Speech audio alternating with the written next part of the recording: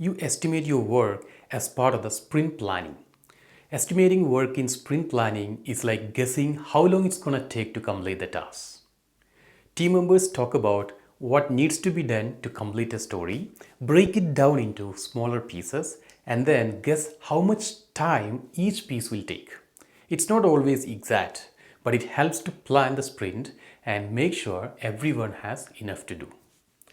Now, how do you estimate your work? Task-based estimate is a traditional approach. It's like making a to-do list for a story. You list all the tasks that you need to perform as part of completing a story and estimate how long each task will take to complete. And then you can sum up and find out the total effort for a user story. There is another estimation technique in Agile called story-based estimate. A story point is like a measure of the size of a user story. In this approach, instead of saying a story takes 16 hours, you may say something like it takes 5 story points. A story point is a unit like hours. You cannot directly convert story points to hours though.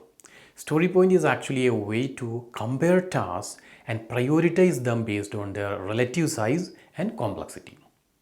Story points are expressed in different ways. One method is by Fibonacci series like 1, 2, 3, 5, 8, etc. For example, you may estimate a particular story as 5 story points. It can also be expressed as t-shirt sizes like small, medium, large, extra large, or double extra large. So, for example, you may estimate a story as medium or large.